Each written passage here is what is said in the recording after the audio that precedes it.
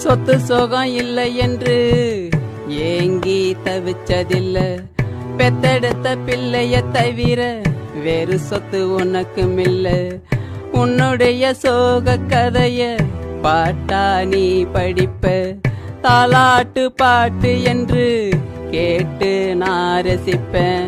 பாசத்தை வெல்ல கொடுத்து வாங்க முடியாது, அம்மாவும் பாசம் போல வேறொன்றும் கிடையாது. 1000 உறவுகள் வாழ்க்கையில வந்து போகும், என்னுடைய உயிர் உறவே நீதானே என் அம்மா. கண்ணுறங்க நேரமின்றி எனக்காக உழைச்சவ, அண்ணன் தண்ணி ஆகாரம் இல்லாம தவிச்சவ.